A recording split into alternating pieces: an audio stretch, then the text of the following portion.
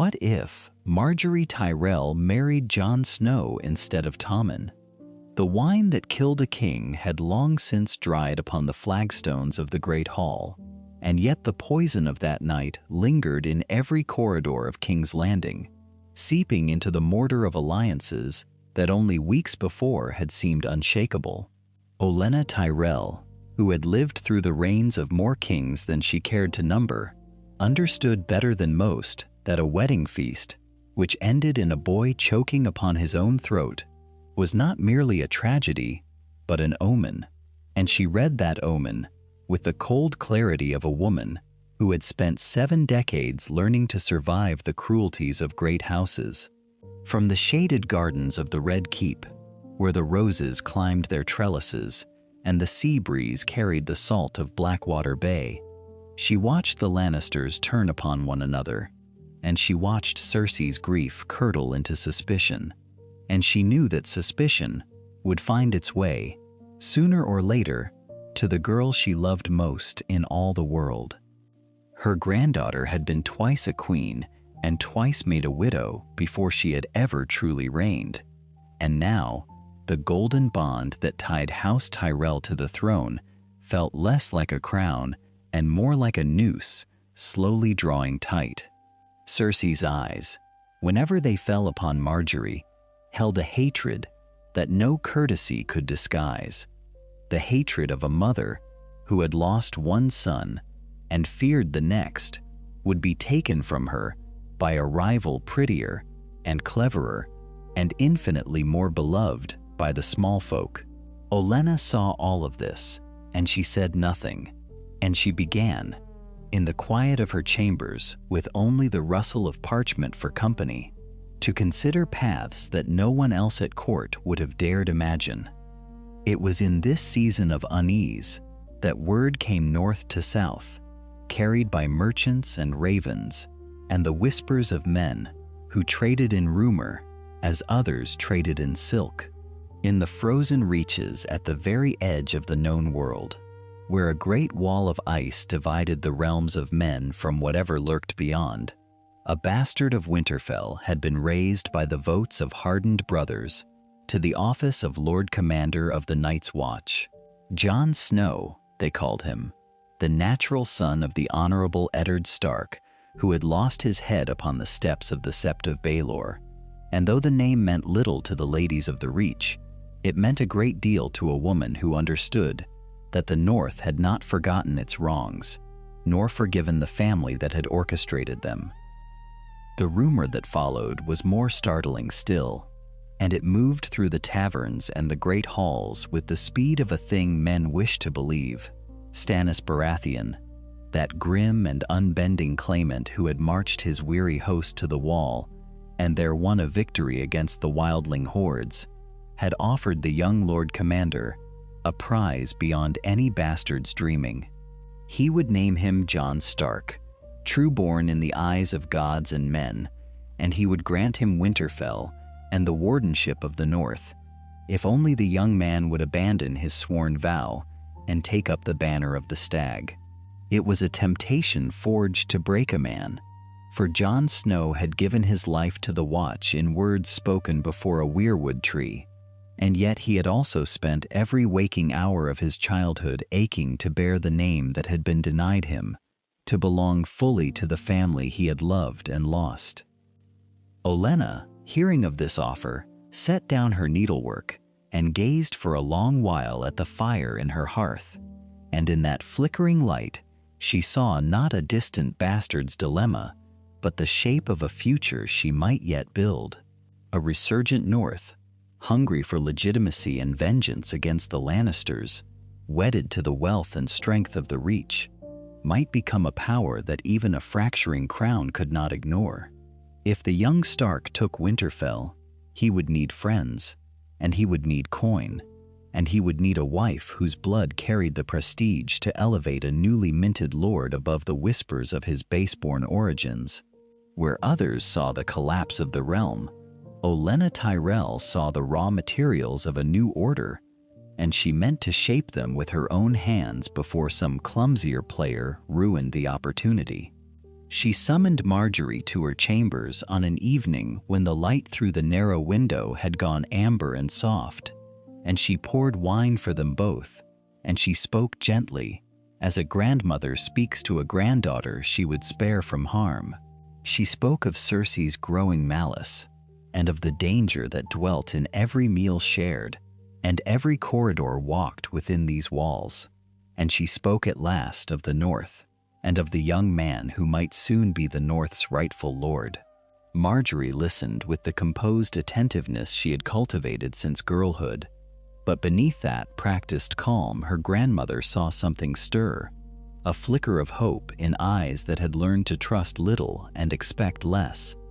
To be free of King's Landing, to be free of Cersei's poison and the graves of 2 dead boys, was a prospect Margaery had not permitted herself to dream of, and now her grandmother laid it before her like a gift. That very night, before the moon had climbed to its full height, Olenna dispatched a quiet man of quiet loyalties upon the long road north, bearing no banner and no seal, carrying only words meant for one ear alone, and the wheels of a gambit no one else had foreseen began, at last, to turn. Far to the north, where the wind came howling off the ice and the world seemed to narrow to a single gray wall of frozen stone, Jon Snow sat alone in a cold cell that had once belonged to the old bear, and he turned a decision over and over in his hands, as a man might turn a coin he could not bring himself to spend. Stannis Baratheon had come to Castle Black with fire and iron and a hard, uncompromising faith, and he had offered Jon a thing that no bastard of the North had dared to want aloud. He had offered him Winterfell. He had offered him the name of Stark, legitimized by royal decree, the stain of his birth washed clean by the stroke of a king's pen. And Jon had felt the offer settle upon him like snow upon a grave, heavy and quiet and impossible to shake loose.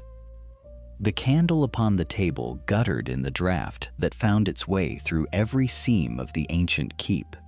and by its trembling light, Jon studied the black wool of the sleeve upon his arm and remembered the words he had spoken in the darkness of the godswood, the vow that had bound him to the watch until his death. Night gathers, and now my watch begins. He had meant those words when he spoke them. He had meant to belong, at last, to something that would not turn him away for the circumstances of his birth, and the memory of that younger self, so certain and so hungry for a place, sat now like a reproach in the hollow of his chest. The door opened without a knock, and Melisandre entered as she always did, unbidden and unafraid, the red of her gown a wound of color against the perpetual gray of the wall. Behind her came Stannis, his jaw set, his eyes the pale, unforgiving blue of a man who had long ago traded warmth for resolve. They did not sit, they stood over him, and they pressed him with the patient relentlessness of the tide against a shore. "The North remembers your father," Stannis said, and his voice was rough as gravel underfoot. "It does not remember me, and it will not follow me, while the Boltons hold your family's seat and flay men who so much as whisper the name of Stark, but it will follow you. Give the North a Stark, and it will rise. Refuse, and you condemn it to the flayed man's banner and the long, slow dying that follows." Melisandre's gaze rested upon Jon as though she saw through skin and bone to something buried beneath, and when she spoke, her words carried the certainty of prophecy. "I have seen you in the flames, Jon Snow, snow and dead men, and a great darkness beyond the wall, and you standing against it. But you cannot stand against it as a brother of a broken watch, starving upon a wall that is crumbling for want of hands and grain. You must be more than what your birth made you." Jon said nothing for a long while, and the wind spoke for him, moaning through the stones. He thought of the men beneath his command, gaunt and cold and few, of the wildlings who pressed at the gates, and the darker things that pressed behind them, of a realm that had forgotten the watch existed at all. Honor was a fine thing to keep, when the keeping cost only oneself, but the cost here was measured in the lives of others, and that changed the shape of the question entirely. It was into this taut and sleepless argument that the second visitor came, 3 days hence, riding through the gates upon a horse blown near to death, a soft-spoken man in a plain brown cloak who carried no banner and asked for Jon by name. He bore words from Highgarden, from the Queen of Thorns herself, and when he had spoken them in the privacy of that same cold cell, Jon found that the ground beneath him had shifted once again. House Tyrell would pledge grain enough to fill the Watch's empty larders and the North's ravaged fields, gold enough to hire sellswords and rebuild what the Boltons had burned, and swords enough to break the flayed man's grip upon Winterfell. The Reach would stand behind a Stark restored, and to bind that alliance in the oldest and surest way, Olenna offered the hand of her granddaughter, the Lady Margaery, twice widowed, and lovely, and clever beyond her years. Jon sat with all of it, the crown of an old vow and the crown of a new name, and he heard again his father's voice, patient and grave, telling him that the man who passes the sentence should swing the sword, that a lord must serve those who depend upon him, even when the serving breaks his heart. He thought of the vow he had made, and he understood at last that a vow was a thing owed to the living and not merely to oneself, and that to cling to it while the North bled and the Watch starved would be a vanity dressed in the clothing of honor. When the dawn came gray and reluctant over the ice, Jon rose from the table where the candle had long since drowned in its own wax, and he sent for the men who waited upon his word. He would accept Stannis's decree and the name it gave him. He would accept the alliance the Reach had offered, and he would ride south to Winterfell as Jon Stark, no longer a brother of the Watch, but a lord with a house to raise from ruin and a bride he had never met awaiting him upon a road he had not yet begun to travel. The road that carried Margaery Tyrell northward was a long and changeable thing, winding first through the golden reaches of her family's lands, where the air smelled of cut wheat and late roses, and then through the grayer, sterner country, where the trees grew close and the sky seemed to press lower with each day of travel. She rode within a train that stretched near half a league behind her, wagons heavy with grain and salted meat, with woolens and wine and the tools of a house being rebuilt, and men-at-arms in the green of Highgarden walked beside the wheels with their cloaks drawn tight against a wind that grew colder and more honest the further north they went. Her grandmother had counseled her before she left, in that dry and knowing voice that spared no one, that a woman going into a strange country ought to bring her own comforts and her own eyes. And Margaery had taken the words to heart, watching everything, weighing everything, saying little, and remembering much. She had heard a great deal of the man she was to marry before she ever laid eyes upon him, and none of it had agreed with itself. Some spoke of a bastard raised beyond his station, others of a grim warrior who had walked among wildlings and lived, and a few, the ones who lowered their voices, spoke of a man who had died and returned, though Margaery set little store by tales that grew taller with each mouth that carried them. What she found, when at last the train came to the weathered walls of Deepwood Motte, and the greeting was arranged with all the awkward ceremony of two great causes meeting for the first time, was neither the brute nor the legend, but a quiet man with dark hair and a longer face than she had expected, whose gray eyes held a wariness that mirrored her own, and whose courtesy was careful rather than practiced. They spoke first in a hall that smelled of pine smoke and damp stone, with a fire crackling low against the chill, and Margaery had come armed with all the graces that had won her admirers in 3 courts, ready to charm a northern lord who had likely never known such attention. Yet Jon did not warm as southern men warmed, and he did not preen when she praised the defense of the holdfast, and when she offered a pretty compliment about the strength of his sword arm, he only looked at her with something like patient discomfort and said that swords broke as readily as men did, and that he took no pride in the breaking of either. It disarmed her more than flattery might have, and she found herself setting aside the practiced turns of phrase and speaking to him plainly, and to her surprise, he answered plainly in turn, telling her of the wall, and the cold beyond it, and the men he had lost, and of the sister he hoped to save, and the enemy who now held his father's seat. There was no love kindled in that first meeting, for love was a thing neither of them had the leisure to expect, but there was a slow and cautious recognition that passed between them, the acknowledgement of 2 people who had each been used by circumstance, and who found in the other neither the trap they feared nor the ally they had dared not hope for. She saw that he was honest to the point of pain, that he could not lie easily and did not try, and he saw that beneath the courtly gloss she wore, like a second gown, there dwelt a shrewd and generous mind, one that reckoned kindness a strength rather than a weakness,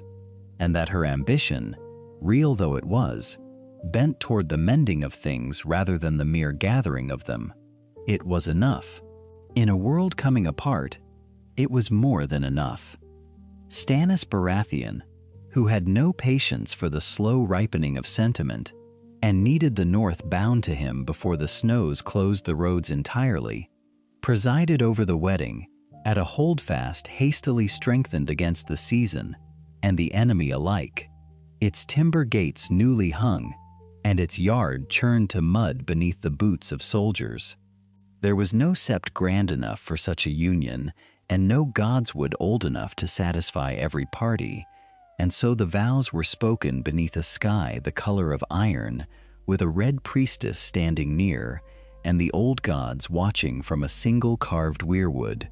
And Jon took Margaery's hand in the cold, and cloaked her in the gray and white of a house he was raising from its ashes.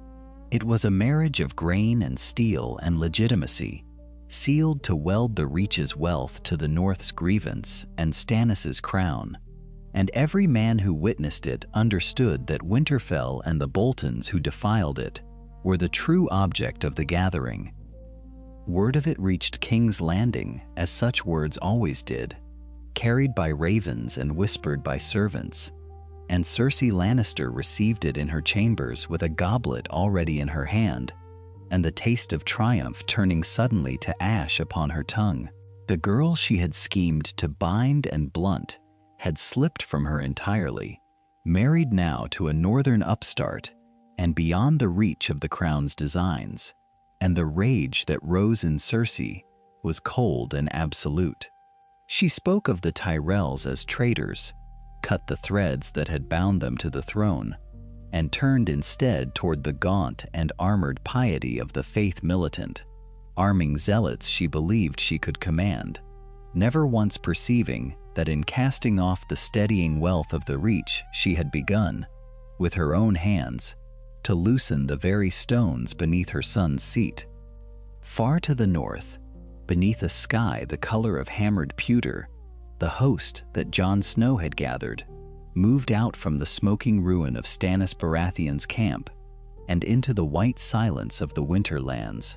It was a strange and improbable army, a thing stitched together from parts that had no right to fit, and yet it held, for beneath its banners marched the battered remnants of Stannis's Southron knights, the wildling spearwives and free folk who had followed Jon down from beyond the wall, and the men of the mountain clans who had come at the calling of a true-born Stark heir. Behind them, drawn upon sledges and slow-groaning wagons, came the grain of the Reach, sacks of it heaped high and lashed against the wind, and it was this more than any sword that would decide the fate of the campaign. for winter had already begun to close its fist upon the north, and armies that could not eat did not fight, they only died in the snow.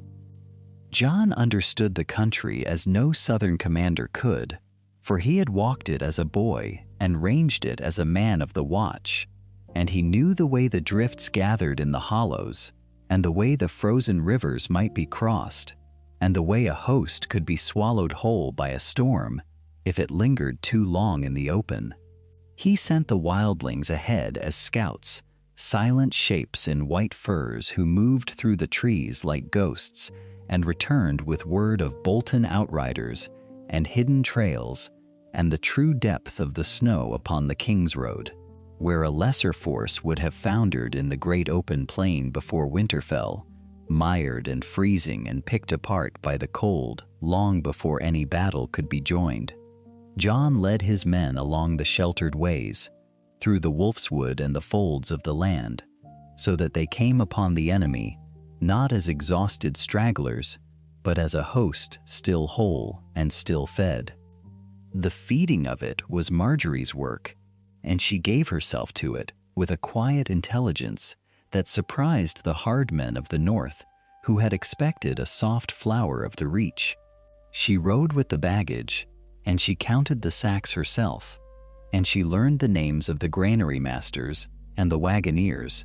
and she saw to it that no man in that army went to his blankets with an empty belly while there was bread to be had. More than this, she understood that grain was not merely food, but power, and she spent it as a queen might spend gold. When the lords of the mountain clans came wavering into the camp, the Wolves and the Norries and the Littles, gruff and proud, and slow to trust any who spoke with a southern tongue, she met them, not with treaties but with feasts, with roasted meat and mulled wine and honest warmth, and she listened to their grievances and remembered their sons' names, and she sent them home again with full wagons and the sense that they had been seen. "You win them with your generosity," Jon said to her one night in the smoky dark of their tent, watching her by the light of a single guttering candle. And there was something like wonder in his voice, for he had spent his life among men who understood only steel. "I win them with respect," she answered, drawing her cloak closer against the cold that seeped through the canvas. "Grain is only the shape it takes. They have been starved of both for years now, and I have found that a man remembers who filled his hall when winter came, far longer than he remembers who threatened him." She smiled at him then, a small private thing meant for no one else. "Your Northmen are not so different from anyone. They wish to be honored, that is all." And so the coalition held together where it should, by every reckoning have splintered, and house by house, the North came to Jon's banner,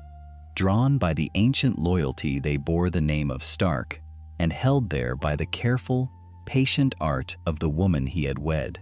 When at last the host stood before the walls of Winterfell, it was not the ragged and desperate thing that Roose Bolton had prayed to see melting into the snow, but a disciplined and well-provisioned army with the will of a people behind it. The assault came in the gray hour before dawn, when the cold was deepest and the sentries slowest, and it broke upon the Bolton defenders with a fury that had been years in the gathering. The fighting spilled through the shattered gates and into the yards where Ned Stark's sons had once trained at arms, and there, amid the clash of steel and the screams of dying men, Ramsay Bolton met the end that his cruelties had long since earned, cut down in the melee, with none to mourn him and no name worth the carving on any stone. Roose Bolton, his father, was taken alive, dragged from the great keep with his composure intact and his cold eyes betraying nothing, and Jon Snow, who had learned from a father he barely remembered that the man who passes the sentence must swing the sword, brought the traitor of the Red Wedding out into the snow before the assembled host, and though every instinct screamed for the sword, it was Margaery who stayed his hand. arguing that a living Roose paraded before the wavering river lords would win more castles than a severed head. And so the Warden of the North was kept caged as a bargaining chip,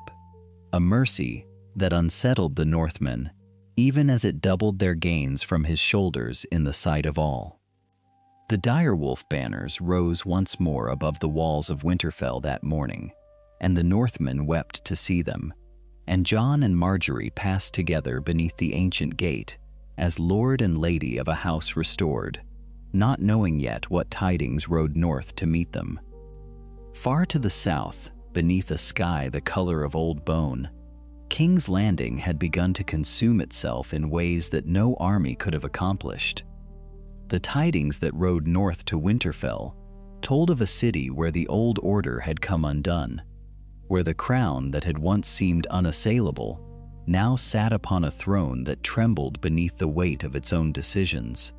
It had begun, as such things often begin, with a woman who believed herself clever, and it had grown into something that neither cleverness nor cruelty could any longer contain. Cersei Lannister had armed the poor and the pious against her enemies, and for a season, the arrangement had seemed to serve her. The High Sparrow, that gaunt and barefoot man whose humility was itself a kind of pride, had gathered to himself the discontented and the devout, and Cersei had watched with satisfaction as the faith militant marched through the streets with their sparrows carved upon their brows. She had imagined them as her instrument, a blade she might point at whomever displeased her, never truly grasping that a blade so sharpened would one day find its way toward the hand that held it. Without the Tyrells beside her, without Margaery's soft counsel, or Olenna's watchful patience to temper the recklessness of the crown, there was nothing to slow the descent, no measured voice within the Red Keep to whisper caution before the walls came down. The faith grew bolder with each passing week. They seized upon the allies of the crown as readily as they seized upon its enemies, dragging men from their beds in the small hours and casting them into cold cells beneath the great sept, and no coin nor title could purchase their release. The knights who had once knelt to Tommen found themselves accused of vices real and imagined, and the small folk cheered to see the highborn humbled, for there is no hatred quite so patient as the hatred of those who have long gone hungry while others feasted. Cersei watched her instruments turn in her hand, and by the time she understood what she had made, it was already reaching for her own throat. For they came for her at last, as such movements always come for those who summon them. Her sins were many and long concealed, and the faith did not forget, and the same men she had loosed upon the city closed their fingers about the Queen Mother. But here there was no rival queen for the sparrows to balance her against, no Margaery whose piety could be paraded as counterweight. And so Cersei found herself not merely imprisoned, but abandoned utterly, with no faction left willing to speak for her, and no Tyrell gold to buy the silence of her jailers beneath the sept, where the walls wept moisture, and the straw upon the floor stank of those who had languished there before her. She who had held the fate of the 7 kingdoms in her grasp now sat upon cold stone, with nothing but a shift to cover her, and the silence pressed upon her like a living thing, and no army marched to her rescue, for the armies had all found other loyalties. Above her, in the vast and echoing halls of the Red Keep, Tommen wandered like a ghost through rooms that no longer felt like home. He was a gentle boy who had wanted nothing so much as to be loved, and he had lost the queen who might have loved him before ever she could be given. For Margaery had gone north to a bastard-turned lord, and the throne meant for her had never been filled. The boy king had no wife to steady him, no grandmother of the Reach to guide his faltering steps, no mother now to shield him from the tide, and so he turned to the faith as a drowning man turns to any hand extended, and the High Sparrow found in him the softest of clay. Tommen prayed where he was told to pray, and repented what he was told to repent, and the crown upon his brow grew heavier by the day, and the authority it had once commanded drained away like water through spread fingers. The realm felt the weakness at its center and drew back from it. In Dorne, the Martells watched the chaos in the capital with cold satisfaction and made no move to lend their spears. In the Reach, the banners that had once been the surest strength of the Iron Throne now flew for a house that had bound its fortunes elsewhere, and the roads to Highgarden carried no soldiers marching to the king's defense. And in the north, a Stark ruled once more from Winterfell, with a Tyrell wife at his side, and the two great powers that might have propped up the crumbling throne had joined their fates together far from King's Landing and turned their faces from the south entirely. It fell to Kevan Lannister, that dutiful and weary man, to hold together what remained. He and the few moderate voices left upon the small council labored through sleepless nights to preserve some shadow of order, dispatching raven after raven to Highgarden with pleas that grew more desperate with each sending. They begged the Queen of Thorns to remember the old alliances, to send grain and gold and men, to lend the Reach's strength once more to the failing king. But Olenna Tyrell read those letters by candlelight in her solar, her ancient eyes moving over the frantic scrawl without a flicker of sympathy, and then she folded each one and let it fall into the flames. "They planted this garden themselves," she said to the empty room, watching the parchment curl and blacken. "Let them tend it as they can. My roses grow in the north now, and I'll not water dead ground for a Lannister's sake." And so the ravens went unanswered, and the ashes of the letters mingled with the ashes of the faith. And in King's Landing, the walls of the world Cersei had built began, at last, to fall. Far to the north, beyond the reach of those failing walls and the smoke of burned pleas, another kind of building was underway,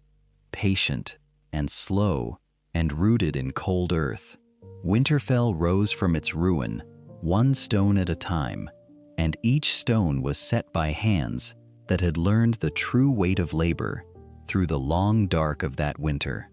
The great keep, that had stood a smoldering shell, now knew again the sound of hammer and chisel, of masons calling to one another across the yards, of oxen dragging sledges of timber through the snow that never seemed to end.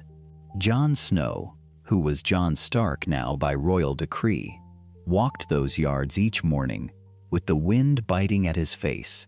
and he watched the walls climb higher, and he felt something within him climb with them.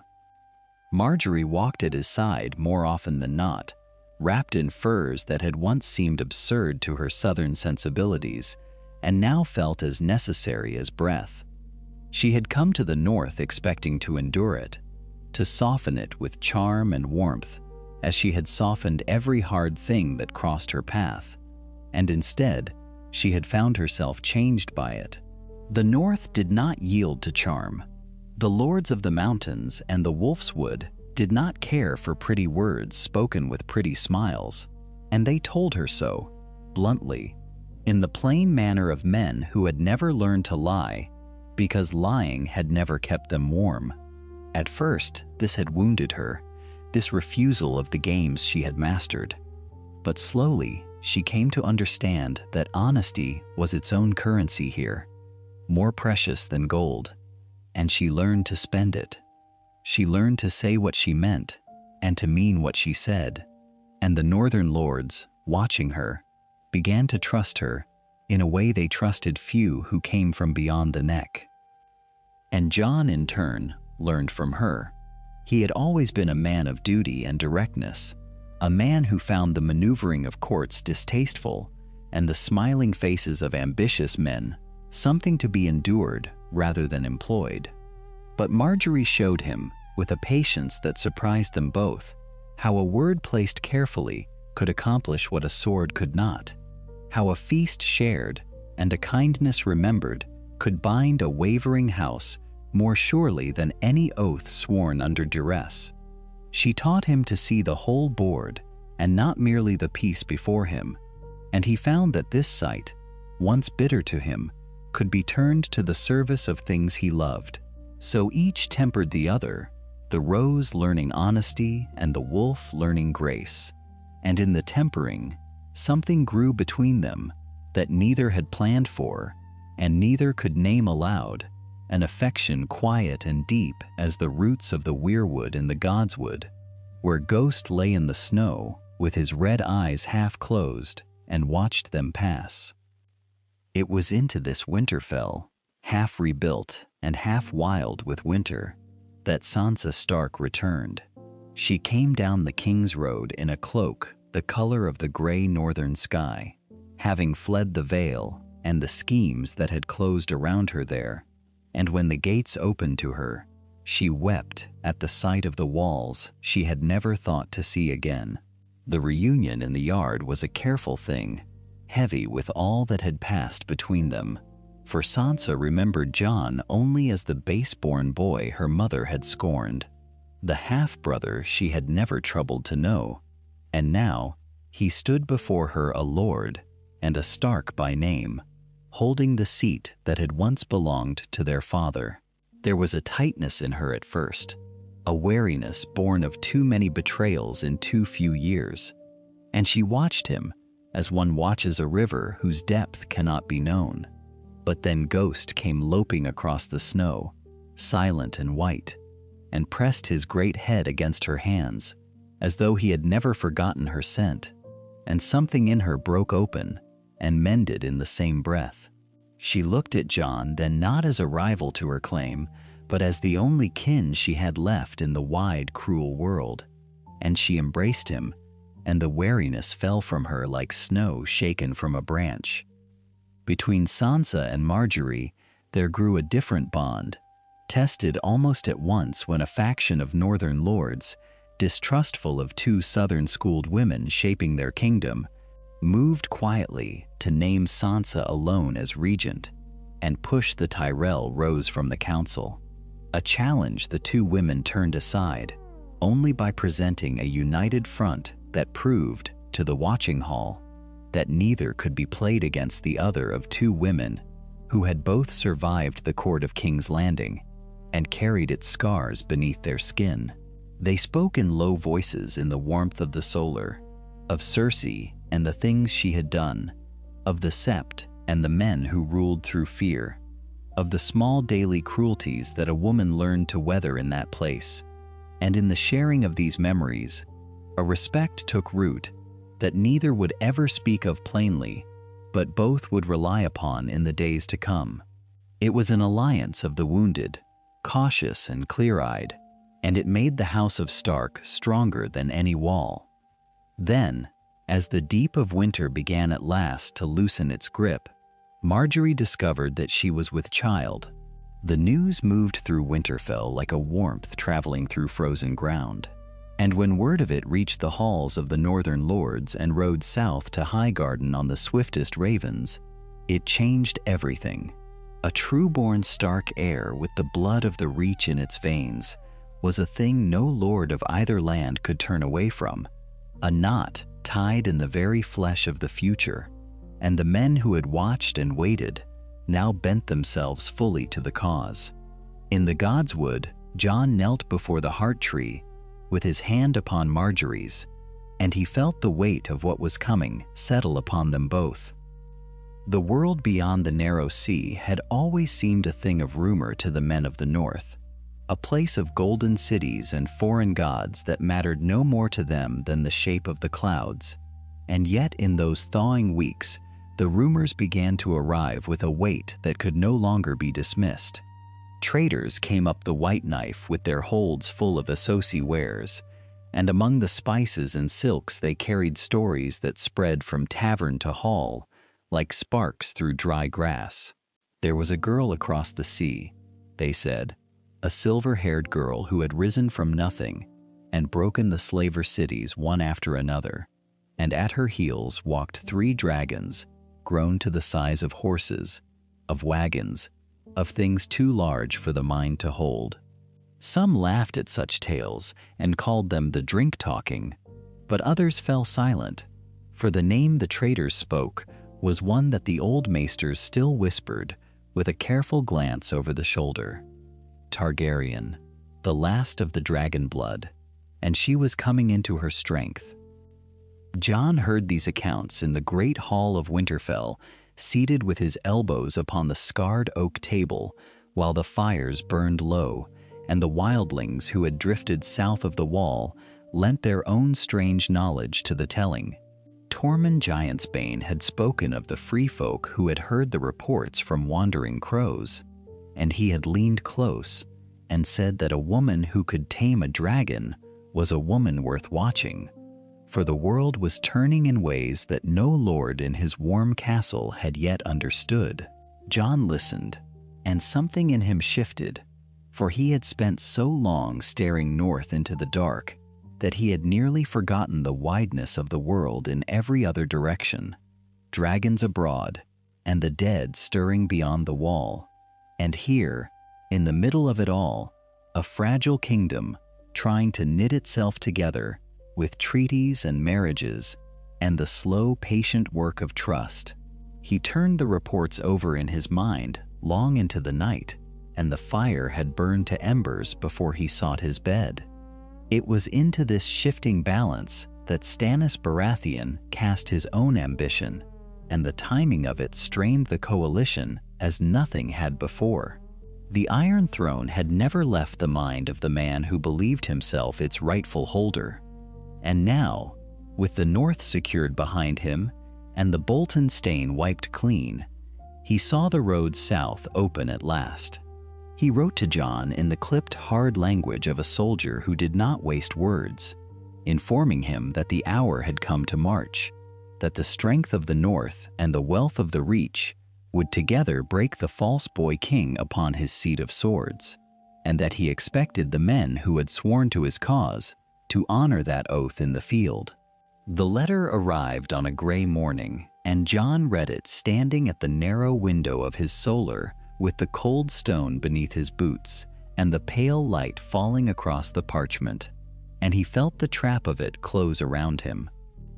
To march south was to strip the North of its defenders, while the true enemy gathered its silent strength beyond the wall, and this Jon would not do, not for any throne, not for any oath sworn under duress in the aftermath of war.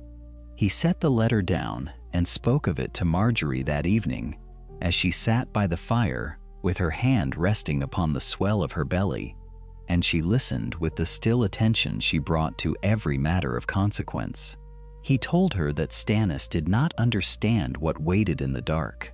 that the dead did not care who sat the Iron Throne,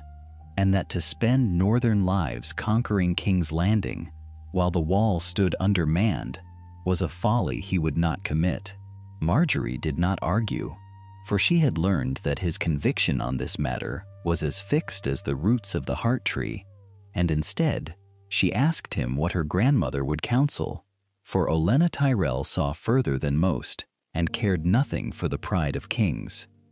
The answer came within the fortnight, borne on a raven from Highgarden in the crabbed and clever hand of the Queen of Thorns herself. Olenna wrote that the southern lords were a nest of scorpions, each eager to sting the other, that Lannister and Baratheon, and whatever claimants yet crawled from the wreckage of the realm, would in time exhaust themselves upon one another, as such men always did, and that the wise course was neither to march nor to refuse outright, but to wait. "Let them bleed," she wrote, "and while they bleed, let the North and the Reach draw close and grow strong. For a land that feeds itself and defends itself and answers to no distant crown is a land that outlives every throne raised in ambition." She spoke of grain stores and marriage ties and the loyalty of lords who had grown weary of dying for southern quarrels, and in the plain lines of her counsel, Jon read a shape he had not dared to name, a power that belonged neither to lion nor to stag, a kingdom of its own making, rooted in winter and wheat. Margaery read the letter twice and then folded it with careful fingers, and when she looked up at Jon, her eyes held a light he had not seen in them before, the light of a woman glimpsing a future no one had yet built. Stannis would not wait forever, she said quietly, and when his patience broke, they would need an answer ready. The answer, when it came, did not come from the south at all, but from the frozen edge of the world, where the old order of things had begun to unravel in silence. Riders arrived at Winterfell with frost still clinging to their beards, men who had once worn the black of the Night's Watch and now wore only the terror in their eyes, and the tale they carried through the gates ran ahead of them, like cold water spilling across a floor. Castle Black was failing. The brothers who had remained after Jon's departure, thinned in number and bereft of any leader strong enough to hold them together, had begun to abandon their posts in ones and twos and then in whole broken companies, and those who fled south spoke of things they could not fully name, of a darkness pressing against the wall from the north, of shapes moving in the endless white beyond the trees. Jon received them in the great hall, where the fires burned high against the deepening chill, and the long shadows of the beams stretched across faces gone pale with listening. He knew these men, or men like them, and he watched their hands tremble around the cups of hot wine pressed into their fingers, and he understood that whatever they had seen had emptied them of everything but the memory of it. One of them, an older ranger with a scar that pulled the corner of his mouth into a permanent grimace, spoke of the dead marching in numbers beyond any counting, of a host that did not tire and did not hunger and did not stop, of blue lights kindling in the eyes of the fallen. He did not raise his voice as he said it. He spoke the way a man speaks when he has passed beyond fear into the flat certainty of doom, and it was that certainty, more than any shout, that silenced the hall. The northern lords did not believe him, not at first, for belief was a thing they had been taught to give sparingly and to guard as carefully as grain. They had heard tales all their lives of grumpkins and snarks and the terrors that nurses use to hush children into stillness, and it did not sit easily with hardened men to be asked to arm themselves against a legend. Yet Jon did not argue with them as a southern lord might have argued, with clever words and appeals to pride. He simply told them what he had seen with his own eyes beyond the wall, in the cold country where the trees grew close and the light died early, and he told it plainly, without embellishment, in the voice of a man who had walked among the wildlings and fought beside them and watched the dead rise from the snow to fall upon the living. He brought the wildling witnesses before them, hard folk with weathered faces who had crossed the wall fleeing that very host, and they spoke in their rough tongue of villages emptied and kin lost, and a winter that was not a season, but an enemy with will and purpose. Slowly, reluctantly, the certainty in the room began to shift, not toward comfort, but toward dread. And dread was a thing the northern lords understood far better than hope. They had buried too many of their own beneath the snow to dismiss a man who spoke of death with the steadiness of one who had made its acquaintance. Old Lord Umber slammed his fist upon the table and swore that if the dead wished to test the strength of the North, they would find that strength greater than they reckoned. And around the hall the murmur grew, not of belief precisely, but of resolve. The grim resolve of people who had long known that winter took what it wished, and that the only answer to it was to be ready. By the time the fires had burned low, Jon had what he needed. The North would arm, the North would watch its wall, and mend it and man it,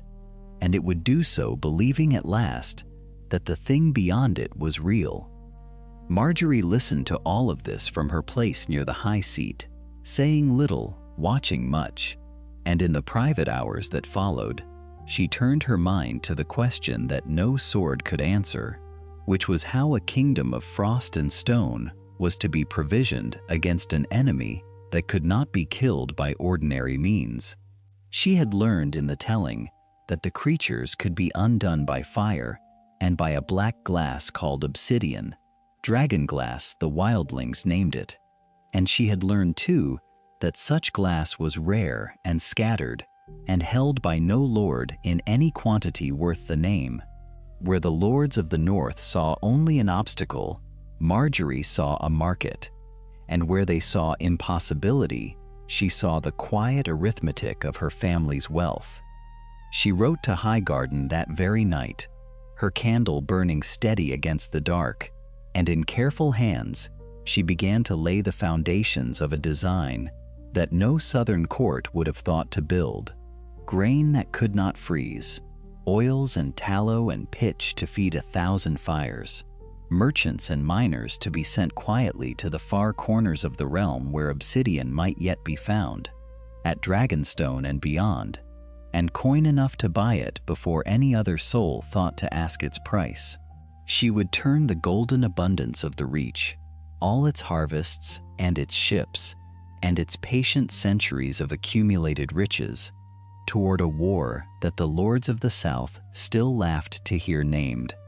And she would do it so quietly that none of them would notice the storehouses filling until the day they had need of what only she had thought to gather.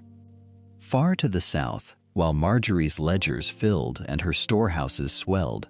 another man was learning the hard lesson that will and righteousness are poor substitutes for grain and gold and the loyalty of men. Stannis Baratheon had always believed himself the true king of Westeros, and in that belief he had never once wavered, not through the long grim years of loss, not through the burning of the Blackwater, not through the slow bleeding away of everything he had once commanded. He believed still, as he gathered what remained of his host and turned it southward once more, that the realm would recognize the justice of his claim if only he could bring it to bear upon the walls of King's Landing. But justice does not feed soldiers on the march, and belief does not fill an empty treasury. And the men who followed Stannis now were fewer than they had ever been, worn thin by winter and by the long defeats that clung to his name like frost. He had counted, in the private arithmetic of his own certainty, upon powers that never came. He had imagined that the North might rise to his cause, that the ancient sense of duty which had once bound the Starks to the crown might yet be summoned to his banner, but the North had turned its face elsewhere, toward a bastard son who was no longer counted a bastard, toward a marriage that had bound the frozen kingdom to the golden fields of the Reach. And the Reach itself, which he had hoped might fracture and offer him some faction to exploit, stood united behind that same alliance, its harvests locked away in Margaery's quiet storehouses, its swords sworn to a purpose that had nothing to do with the ambitions of a grim and aging pretender. So Stannis marched with the strength he had, and not the strength he had dreamed of, and the difference between the two would prove the end of him.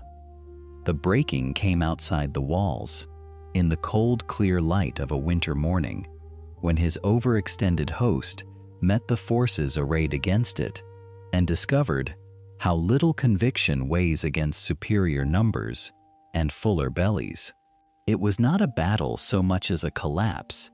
and it was made crueler by the arrival, too late,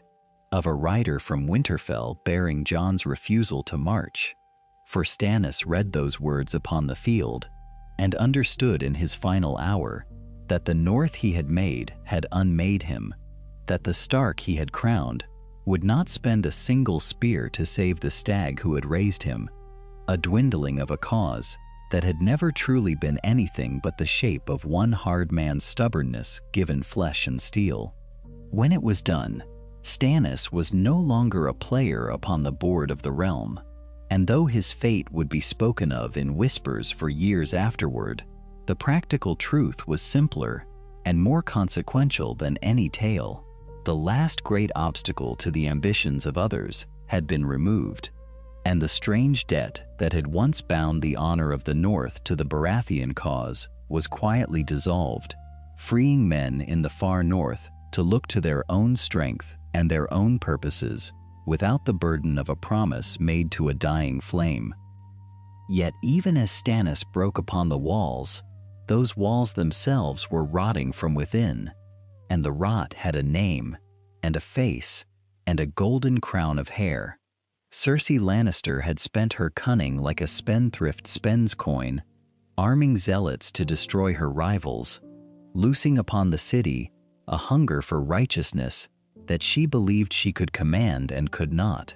The faith militant, once given swords and given license, discovered in itself an appetite that no queen could feed and no crown could contain, and it turned at last upon the very hand that had armed it. Her plots, so carefully laid to consume her enemies, curled back upon their author with the terrible symmetry of fire finding its own maker, and in the chaos that followed, she found herself not the architect of the city's fate, but merely one more figure caught in its collapse. In that same season of ruin, young Tommen died. He was a gentle boy who had never wished for the weight of any of it, and his passing left behind no child, no heir, no clean line of succession to steady the trembling structure of Lannister power. The Iron Throne, which had seemed for a time so firmly held, stood suddenly empty and contested, and the Golden House that had bought and murdered and married its way to the summit of the realm found the ground beneath it turned to sand. There was no king in King's Landing now, only smoke and rumor, and the frightened calculations of men who had staked everything upon a cause that had ceased to exist. And when the great lords of Westeros looked out across the fractured map of their world, seeking some point of stability upon which to fix their hopes and their allegiances,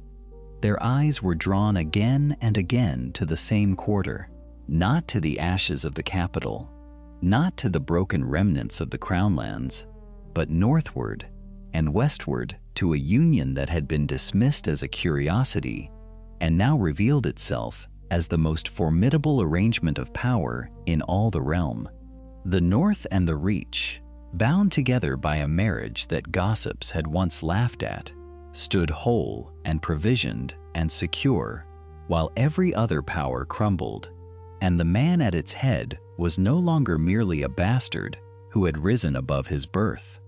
In hall after hall, over cups of wine, and in the guarded councils of anxious lords, the same question began to form, spoken first in doubt and then in growing seriousness, and the question was whether the time had come to send their ravens flying northward to a court that had prepared, in silence, for exactly this.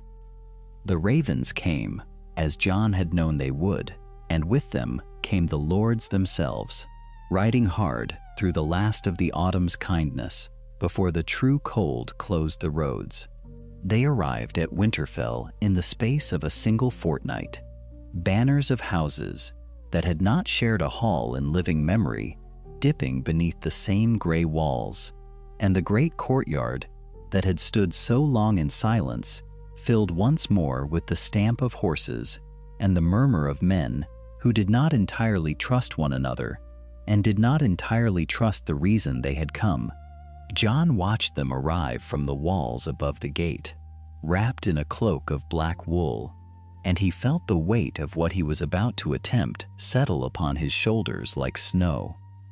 The great hall of Winterfell had been prepared for a council such as it had never before held. The long tables had been drawn back and arranged so that no lord sat above another, and torches burned in their brackets along the ancient stone, throwing warm and restless light across faces that ranged from the weathered severity of the mountain clans to the smooth and cultivated caution of the Reach. Northern lords in furs and boiled leather sat within an arm's length of Tyrell bannermen, whose doublets were stitched with golden roses, and near the great hearth where the fire cracked and hissed against the chill that seemed to seep forever from the stones, sat the wildling chieftains, silent and observant, their eyes moving across the gathered Southerners with the wariness of men who had crossed a wall to be there. When Jon rose to speak, the murmur of the hall did not fall away at once, and he stood for a long moment in the flickering light and let the silence gather of its own accord. He did not speak of thrones. He did not speak of claims or of crowns or of the ruin that had befallen the South, and this alone marked him apart from every lord who had ever summoned men to council in that hall. He spoke instead of the dead, and of what he had seen with his own eyes beyond the wall, and his voice was low and steady and carried into every corner of the chamber. He told them that the war they feared, the war over the Iron Throne, was a quarrel among corpses waiting to be made. He told them that a man who died in the coming winter would rise again to serve the enemy, and that no wall of gold, no army of sellswords, no ancient right of blood would matter at all when the cold came down upon them and the long night began. The lords who had come expecting to weigh a bastard's ambition found themselves instead confronted by something far older and far more terrible than politics, and one by one, the smooth expressions faltered. Yet fear alone did not bind men, and Jon knew it, and so where his words ended, the true work began. Through the long days that followed, while the lords argued and postured and nursed old grievances in the corners of the hall, it was Margaery and Sansa who moved among them, the two women who had come from the warm south and the cold north to find in one another an unlikely alliance of purpose. Margaery understood the Reach lords as she understood her own kin, for they were her own kin, proud and prosperous and deeply suspicious of a country that had never given them anything but frostbitten toes and hard looks. She sat with them in the smaller chambers where the true bargains were struck, and she spoke to them not of glory but of harvests, of the trade that would flow both ways when the war was won, of the debts of gratitude that great houses did not forget. Sansa, meanwhile, knew the northern lords as Margaery could not, knew the weight of their pride and the memory of their dead,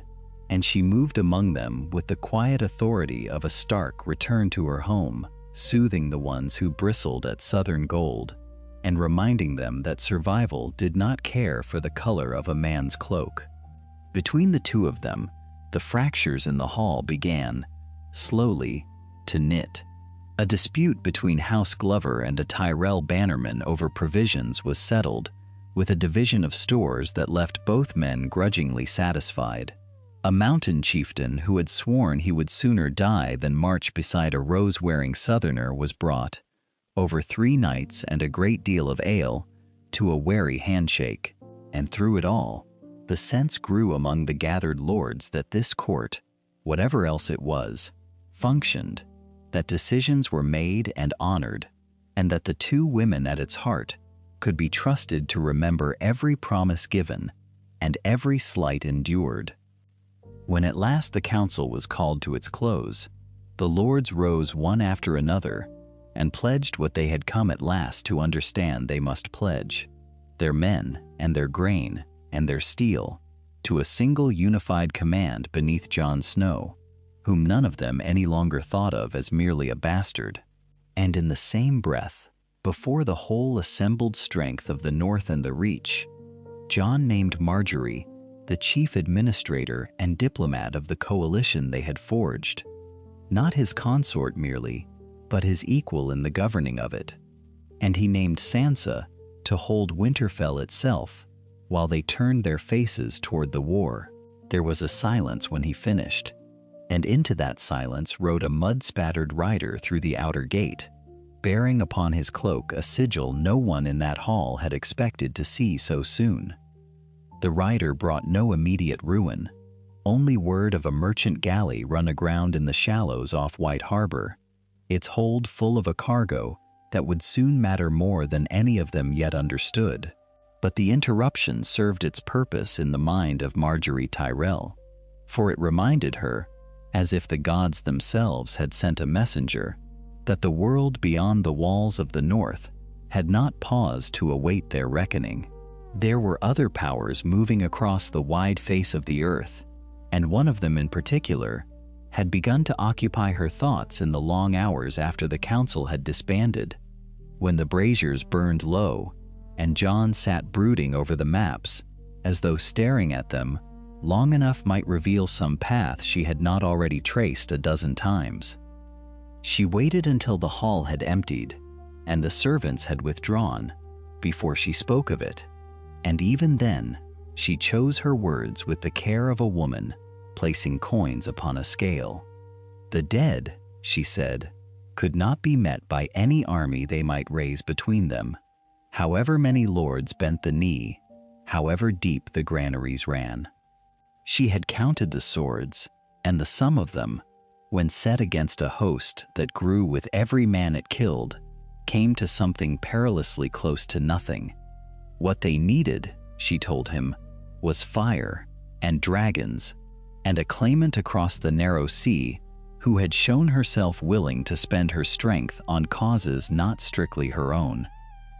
Jon did not answer at once. He turned the name over in his mouth as though it were unfamiliar, though every soul in Westeros had heard by now of the silver-haired girl who had broken the slaver cities and freed their bondsmen and marched with 3 dragons at her back. Daenerys Targaryen, the daughter of the Mad King his father had helped to overthrow, the last scion of a house whose ashes still smoldered in the memory of the North. To seek her aid felt to him like an act of small treason against everything Winterfell had ever stood for, and yet he could not deny the arithmetic that Margaery laid before him, cold and clean and merciless. "She will want a price," he said at last, his voice roughened by the long day. "Targaryens always want a throne. She will want the Iron Throne," Margaery agreed, seating herself beside him with a rustle of gray wool, for she had taken to dressing in the colors of her adopted home. "And we shall not promise it to her, not freely, not fully, and certainly not in exchange for a war she has every reason to fight regardless." She let the words settle, watching the firelight move across his face. "We go to her, not as supplicants, but as sovereigns of a land that has already stood alone. We offer alliance between equals, and if she means to sit that chair when the dead are burned, she will learn that the North remembers what Targaryens cost it, and that the North does not intend to pay that price a second time." He looked at her then, and there was something in his gaze that was half admiration and half unease, for he had come to understand that his wife thought in generations while he thought in seasons, and that the game she played was one whose board stretched far beyond the horizon he could see. She spoke of northern independence not as rebellion, but as a natural condition, a truth to be negotiated rather than seized, and in her mouth it sounded less like defiance than like arithmetic. A Stark upon the seat of the old kings of winter, a Tyrell at his side commanding the wealth of the Reach, a dynasty forged in marriage and tempered in war, capable of surviving whatever restoration might follow the long night. She did not say all of this aloud. She did not need to. It lived in the certainty of her posture and the quiet of her voice. And Jon, who had spent his whole life being told what he was not, found himself trusting her, precisely because she seemed to know exactly what she was building. They chose their envoy with care, settling at last upon a man of measured tongue and long service, one who had crossed the narrow sea in his youth and knew the manner of the free cities and the humors of foreign courts. To his keeping they entrusted the evidence that mattered most, the accounts of men who had seen the dead walk, the sketches of the creatures rendered by those who had survived their coming, and one object more precious still, a fragment of dragon glass, and, packed in ice and salt, the severed hand of a wight that still twitched and clawed against its bindings, sealed in a chest whose meaning no words could better convey. The raven that flew ahead across the water carried only the barest promise of an embassy to come, but the ship that followed bore the whole weight of the coalition's hope in a single hold. Jon walked the ramparts alone the night the vessel sailed, watching the torches of the harbor dwindle into the dark, and he thought of his father, and of the war that had made him, and of the strange path that now led him to seek friendship with the house that had burned his grandfather alive. He did not know, could not know, that the woman he meant to bargain with shared his blood more closely than any living soul, that the same fire ran in veins he believed to be wholly Stark. That truth waited far off in the dark, patient as winter itself, and for now, he knew only the cold of the stone beneath his hands and the growing certainty that whatever answer came back across the water would change everything. The truth arrived not across the water, but from beneath the roots of the world, carried northward in the shape of a boy who had left Winterfell whole and returned to it altered beyond easy recognition. Bran Stark came back to the castle of his childhood in a chair his brother had never seen, wheeled through the gates by a stern-faced woman while the ravens gathered thick upon the broken tower. And though his face was the face of the boy who had climbed those walls in another life, his eyes held something older than any Stark had carried before him. He watched the world with the patience of something that had already witnessed its ending and its beginning both. And when Jon knelt to embrace him in the yard, weeping openly at the return of a brother long thought lost,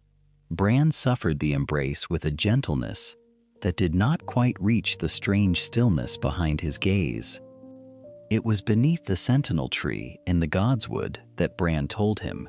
in the gray hush of a winter afternoon, with the pale light falling through the bare branches and the red leaves of the weirwood trembling above them like drops of blood suspended against the sky. He spoke without preamble, as one who had rehearsed the shape of the moment 1,000 times in visions and found no gentler way to carry it. And he told Jon of a wedding in a tower in the mountains of Dorne,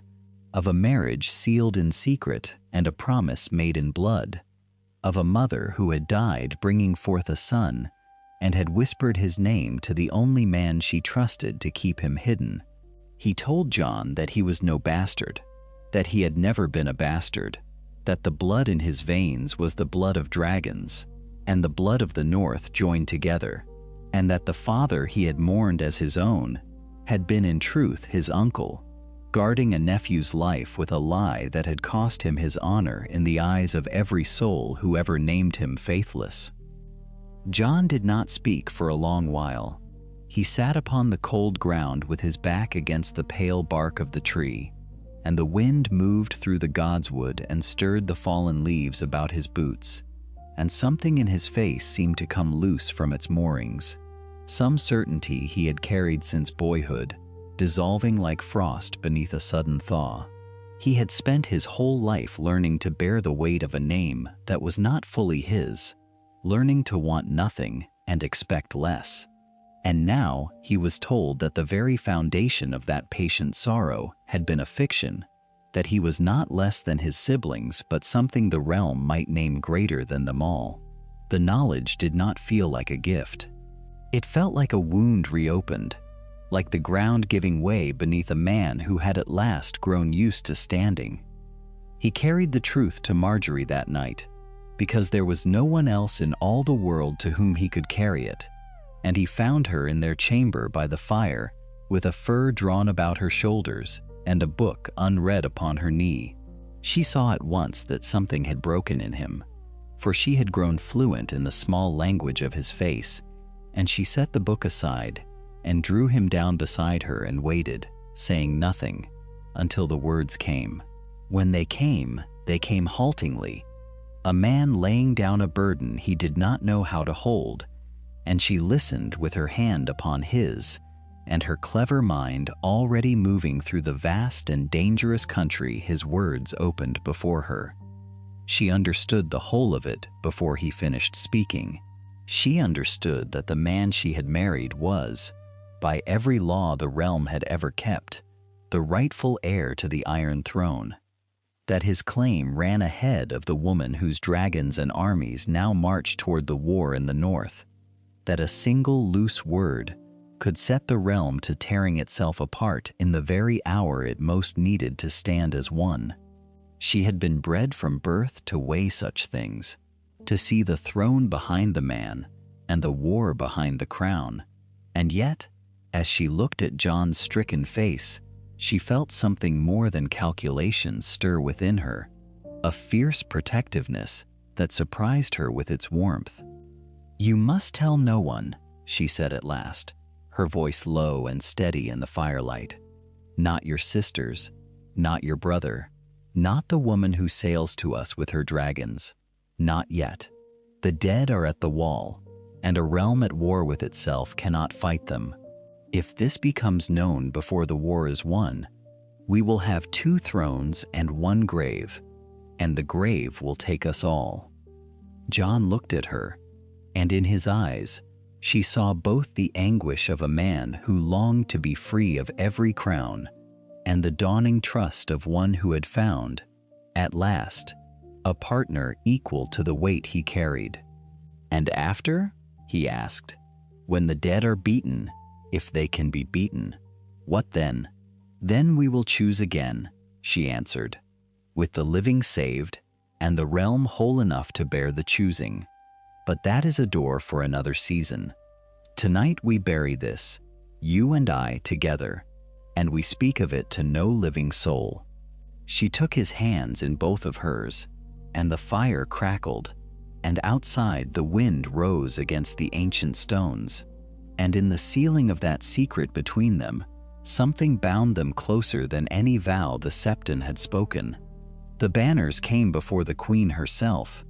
dark shapes moving across the white expanse of the northern country, like ink spilled upon a page of snow. From the walls of Winterfell, the sentries watched them gather at the horizon, and word ran through the castle before the first horn had sounded, so that by the time the great host drew near, the courtyard had filled with faces both curious and afraid. Daenerys Targaryen came riding at the head of a column that stretched back beyond the reach of sight, and behind her walked the Unsullied in their ordered ranks, spears catching the pale light, and beyond them the Dothraki spread across the frozen fields in a restless tide of horseflesh and bright steel. Overhead, where the clouds hung low and heavy with the promise of more snow, the dragons wheeled, and their shadows passed over the ground like the shadows of some elder darkness, and the horses of the north screamed and shied against their tethers, unused to the scent of such creatures. Jon Snow stood upon the steps to greet her, and beside him stood Margaery, her cloak drawn close against the cold, her face composed into that gracious warmth that had disarmed harder men than any who now watched. The meeting of the 2 rulers and the Dragon Queen carried within it a weight that everyone assembled could feel, for these were sovereigns who had never bent to one another, and each measured the other with eyes that gave away little. Daenerys dismounted with the unhurried confidence of one who had crossed a world to arrive at this place, and when she looked upon Jon Snow, she saw a man crowned by the choice of his own people rather than by blood, and married besides to the shrewdest player in Westeros, and it unsettled her, for she had crossed the world expecting to find either a rival to crush or a subject to court, and instead found a sovereign court that needed nothing from her but her fire, and offered her nothing in return but survival, what manner of king that made him, and whether such a crown could be persuaded to yield to hers. The words they spoke that first evening were courteous and carefully weighed, and beneath the courtesy ran a current of suspicion that neither could entirely conceal. Daenerys spoke of her right, of the throne stolen from her family, and the destiny she had carried across the narrow sea. And Jon spoke of the dead, who did not care for thrones or bloodlines,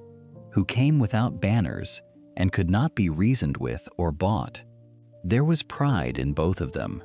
the pride of those who had suffered greatly to reach the heights they now occupied.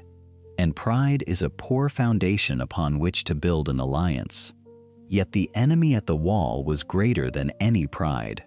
and both understood, however reluctantly,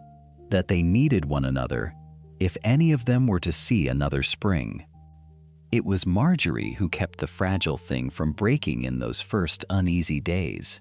where Jon met suspicion with a soldier's blunt directness that often deepened rather than eased the tension. Margaery moved among the difficulties with the practiced grace of a woman who had spent her life turning enemies into allies over cups of wine and shared bread. The Dothraki required grazing for their countless horses, and the northern lords, whose stores were already strained by winter, balked at the thought of feeding a horde of foreign riders. The Unsullied needed quarters,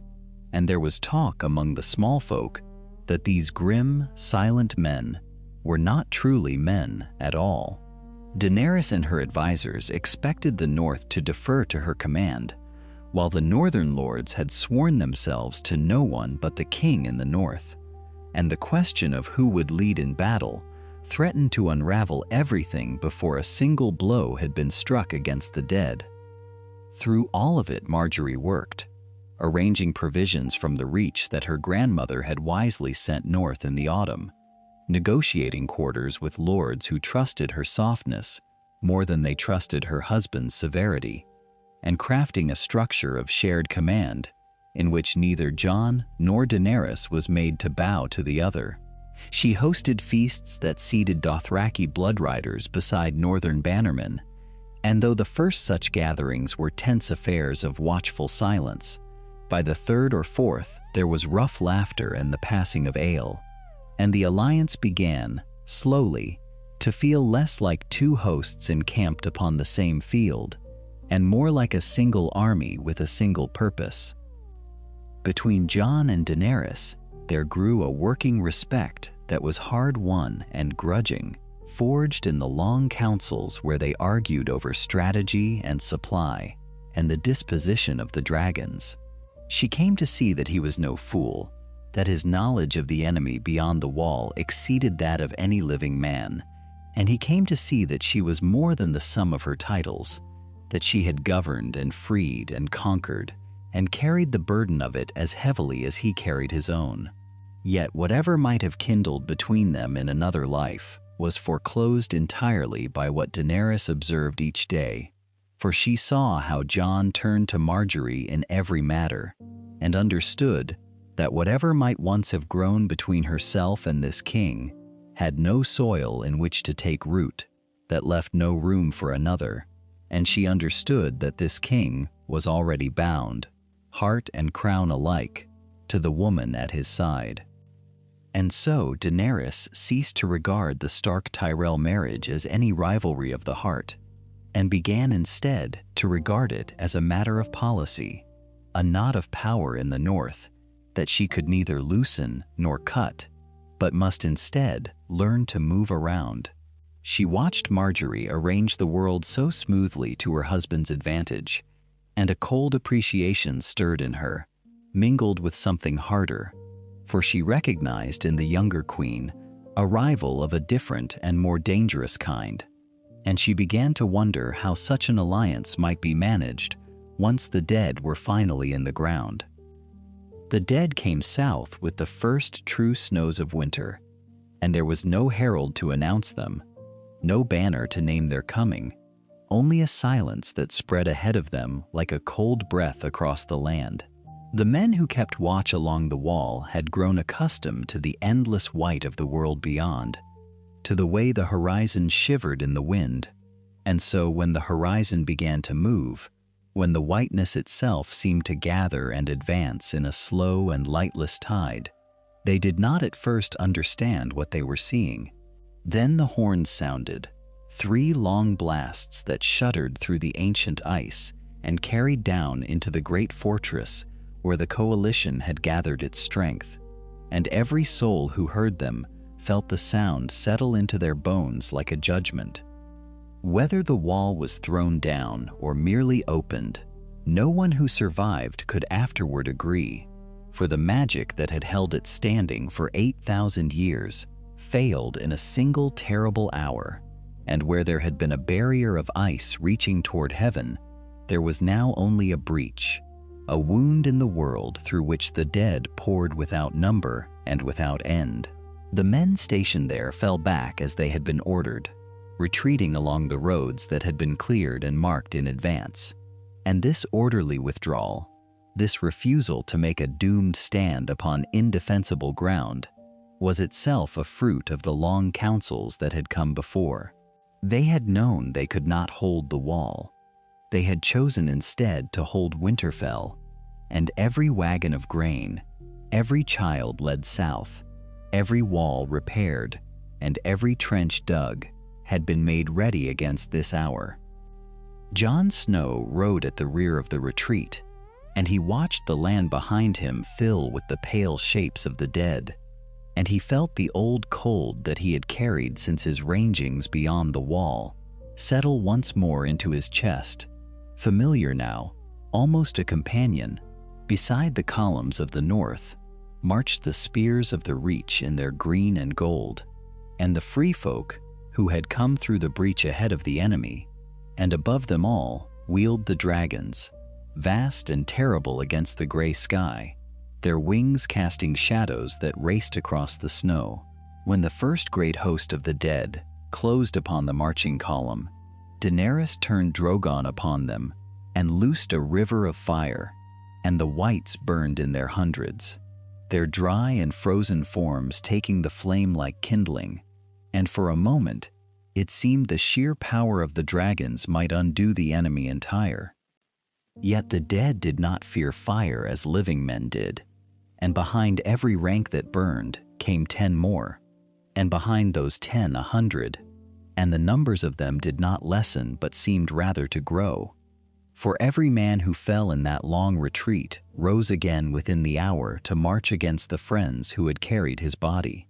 This was the horror that ground the defenders down, not the strength of any single wight, but the arithmetic of it, the certainty that their own losses fed the enemy, and that even victory upon the field only enlarged the host they faced. The dragonglass weapons shattered the dead where they struck true, and the Valyrian steel blades in the hands of Jon and the few others who bore them cut through the walking corpses, and cut too through the very magic that bound them, undoing whole ranks with a single stroke. But there were only so many such blades in all the world, and there were more dead than there were stars.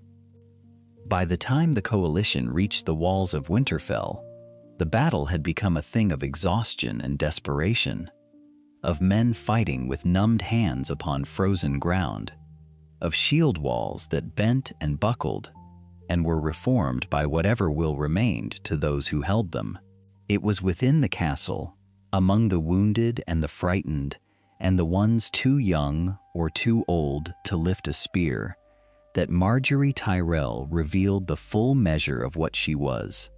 She had spent the long months of preparation arranging the stores and the beds and the water and the places where the small folk might shelter, and now, when the wounded came streaming through the gates with the sounds of the battle at their backs, she did not retreat to any inner chamber, but walked among them with her sleeves rolled and her hands unafraid of blood.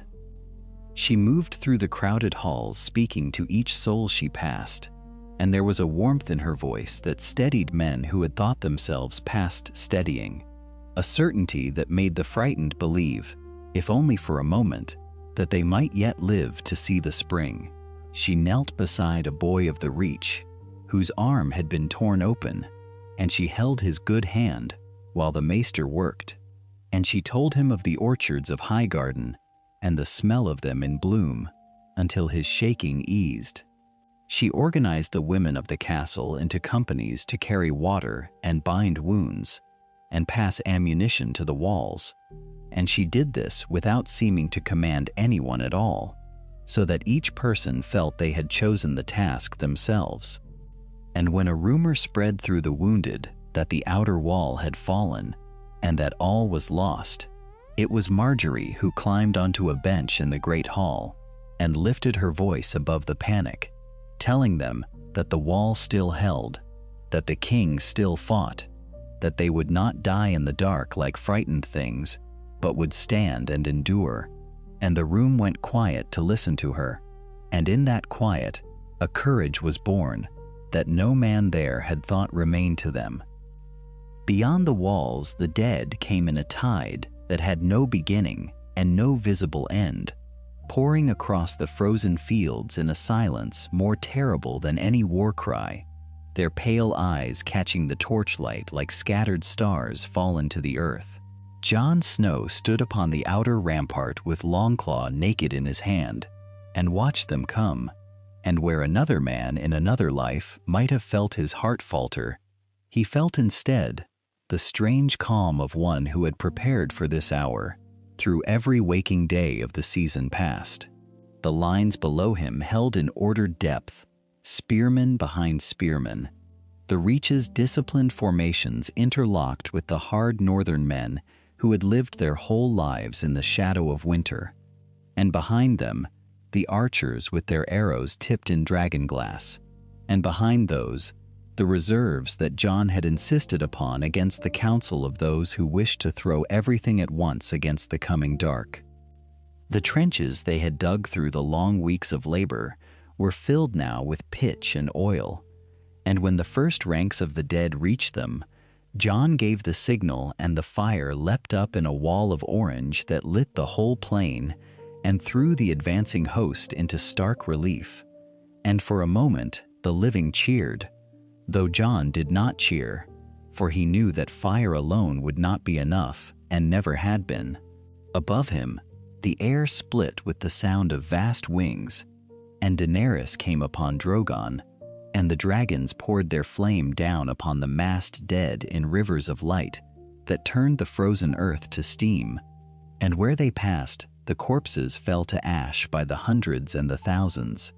so that the tide itself seemed to shudder and recoil. Yet the Night King was patient, and he had learned, and he sent his dead not in one blind rush, but in waves that tested the walls at their weakest points. And there were hours in that endless night when the outer defenses buckled, and men died screaming in the dark, and the living were driven back to the second line, and then to the third. Jon moved among them always, his voice steady, his sword never still, and the sight of him standing where the fighting was fiercest did more to hold the lines than any wall of stone, for the men had come to believe that so long as their king fought, they had not yet lost. Word passed between the towers by horn and by rider, the coalition speaking to itself across the whole length of the battle with a coordination that no divided realm could ever have achieved. And when a breach opened in the eastern wall, the reserves were there before the dead could pour through, and the line was mended, and it held. The Night King came at the last, as Jon had known he must, drawn toward the place where the resistance was strongest, and he rode down from the sky upon a fallen dragon he had raised from the ice in a storm of blue fire that met the red fire of Daenerys's children in the black heavens above the castle, and the two beasts and their riders wheeled and tore at one another, while the earth below trembled with the weight of it. This was the moment that in another world would have hung upon a single knife in a single hand, a desperate wager staked upon shadows and luck. But here there was no such gamble, for Jon had planned for this hour with the whole of the war machine that the North and the Reach had built between them. When the Night King's mount was driven at last from the sky by Rhaegal and Drogon working in concert, and when it fell wounded to the frozen field, the massed archers loosed their dragonglass in a darkening cloud, and the spearmen closed in a ring of steel, and through that ring came Jon, with Longclaw and others beside him, bearing Valyrian blades gathered from every corner of the coalition's reach. The dead threw themselves against that ring to shield their master, and men died in that last press, whose names would be sung for 1,000 years, and men died whose names no one would ever know. And still the ring held, and still it tightened.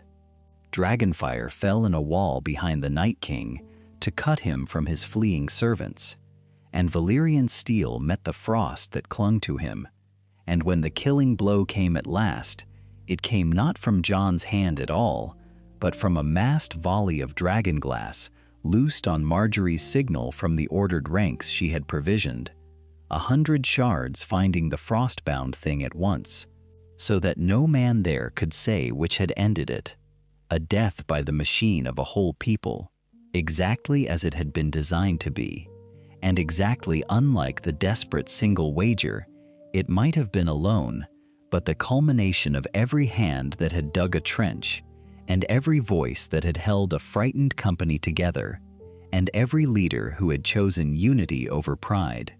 The Night King shattered as ice shatters into countless glittering shards that scattered across the field and melted into nothing, and all across the plain the dead fell where they stood, collapsing into stillness as the power that moved them fled from the world forever. The silence that followed was the deepest that any living soul there had ever known. Dawn came pale and gray over the eastern hills and spread its cold light across a battlefield heaped with the fallen, and the survivors stood among their dead in a stunned and hollow quiet, too weary even for joy. Jon lowered his sword at last and looked upon the ruin they had wrought and the ruin that had been wrought upon them, and he understood, as the other leaders climbing wearily toward him understood, that the world they had bled to save now lay open before them like a wound, and that the hands which had saved it would be the hands to reshape it. The days that followed the great battle passed in a strange and heavy quiet, for there was much to be done, and little strength left in any hand to do it. The pyres burned for a fortnight, sending their smoke in gray columns into a sky that seemed reluctant to clear, and the survivors moved among the tasks of the living with the slow deliberation of those who had forgotten what peace might feel like. Yet even in that exhaustion, the currents of the world began to shift once more, for the threat that had bound so many disparate lords and queens and captains together had melted into nothing, along with the dead, and without a common enemy, the old questions rose again from the frozen ground where they had lain buried. Daenerys Targaryen had come north with her dragons and her armies, and she had spent them freely in the defense of a kingdom she had never ruled, and now she looked south toward the throne she had crossed the world to claim, and found her patience worn perilously thin. She had bled for Westeros, or so she reckoned it, and she expected the promised support of those she had fought beside to carry her the rest of the way to the seat of her fathers. In the great hall where the leaders gathered in the aftermath, she spoke of her claim with a fervor that had once seemed like conviction, and now, to weary ears, sounded closer to hunger. And when the lords hesitated, when they spoke of exhaustion and of lands laid waste, and of the need to rebuild before any new war might be waged, a coldness entered her that the room could feel like a draught beneath a door. It was not that she meant cruelty, or so those who watched her most closely believed. It was rather that she had lived so long with the certainty of her destiny that she could no longer imagine a world in which others did not share it, and when they did not, when they flinched from the notion of dragonfire binding the realm to her will, she read their reluctance as betrayal rather than fear. She spoke once, quietly, of how the great houses of Westeros might be reminded of what her dragons could do, and though she said it as a thing of last resort, The words settled over the assembled lords like frost, and they did not forget them. Jon Snow heard those words and felt the weight of them press upon a burden he already carried in silence. For he knew now what few others knew, that the blood of the very dragons Daenerys commanded ran also in his own veins, that he was no bastard of the North, but the true-born son of Rhaegar Targaryen, and the last hidden heir to the throne that Daenerys sought. The knowledge sat in him like a stone swallowed whole, and he wanted none of it, for he had never desired a crown, and desired one less now that he had seen what its pursuit could do to a soul. He walked the cold stone corridors of Winterfell in the long nights, and turned the truth over in his mind, and he found no comfort in any direction he looked. It was Margaery who saw the shape of the danger most clearly, and it was Margaery who guided him gently back from the edge of despair. She had learned in the long years of court and war that a throne seized by force was a throne built upon sand, and that the truth of Jon's birth, if wielded like a blade, would cleave the fragile coalition in two and drown the realm in yet another season of blood. She sat with him by the low fire in their chambers, the light warm upon the stone walls, and she spoke to him not of ambition but of prevention, of how a secret might be a shield rather than a sword. "They will not follow her into fear," Margaery said softly, her hands folded in her lap and her eyes steady upon his. "Not now, not after all they have lost. But if you rise against her, if you name yourself king and gather banners, then everything we bled to save will burn a second time. There is another way. The truth need not make you a rival. It can make you a reason for her to stop." And so it was that Margaery and Sansa, working with the quiet patience of those who understood power better than most who wielded it, set about a most delicate labor. They did not proclaim Jon's parentage to rally armies to his cause, nor did they whisper it to sow discord in the dark. Instead, they let it move carefully through the right ears, among the great lords whose loyalty the realm required, so that the knowledge became a counterweight, a fact that made plain there existed a legitimate Targaryen who did not wish to rule and who would not press a claim, and who therefore stood as living proof that peace was possible without a single house holding all the fire. The effect was slow and subtle, as such things must be, but it began to gather force through the councils that convened in those grim, smoke-scented days. The lords of the North and the Vale and the Riverlands, war-weary and grieving, and unwilling to be ruled by dread, found in the revelation a means to speak plainly to Daenerys without seeming to defy her outright, for there was now a settlement to be reached, rather than a surrender to be demanded. Sansa laid the groundwork with the cold precision of a woman who had survived every treachery Westeros could devise, while Margaery softened each hard truth with the grace that had carried her through 3 marriages and a burning city, and together they drew the pieces toward a fragile arrangement that no single stroke had yet secured. The great council that would decide the shape of the realm gathered beneath the high, half-ruined vaults of the Dragon Pit, and it was Margaery, not any lord of the South, who set its terms, for she alone held a seat in both realms at once, Reach by blood and North by marriage, and she used that double claim to broker a bargain no Westerosi player could have offered. The North free, the Reach a bridge, and House Tyrell the living hinge, upon which the peace of 2 crowns would forever turn, where the stone still bore the black scars of old fires, and the wind moved through the broken dome with a sound like distant breathing. It was a strange and fitting place for such a meeting, a ruin raised in the days when dragons ruled without question, now open to the pale sky and filled with the surviving lords and ladies of a dozen houses, each of them wrapped in furs against the cold that lingered even as spring struggled to return. They came from every quarter of the broken land, some limping, some scarred, all of them carrying the weight of the winter behind them, and they settled onto benches of weathered stone that had not held such a gathering in living memory. Margaery arranged herself with the ease of one who had spent her whole life among such assemblies, her hands folded in her lap, her face composed into the gentle attentiveness that had disarmed harder men than these. Beside her sat Jon, still and grave, the cold air catching the plume of his breath,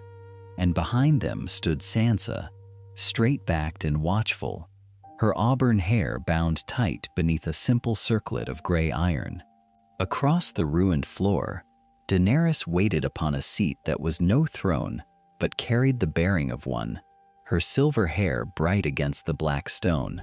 and around her, the sellswords and the freedmen and the remnants of the great host she had led across the narrow sea. It fell to Tyrion to speak the opening words, for he had a gift for saying difficult things in a manner that could be borne, and he laid out the shape of the crisis without flinching from any of its edges. There was a queen who had won her crown through fire and blood, and there was a realm that had learned to fear that fire, and there were kingdoms in the north and beyond that had never truly wished to bow to any southern seat at all.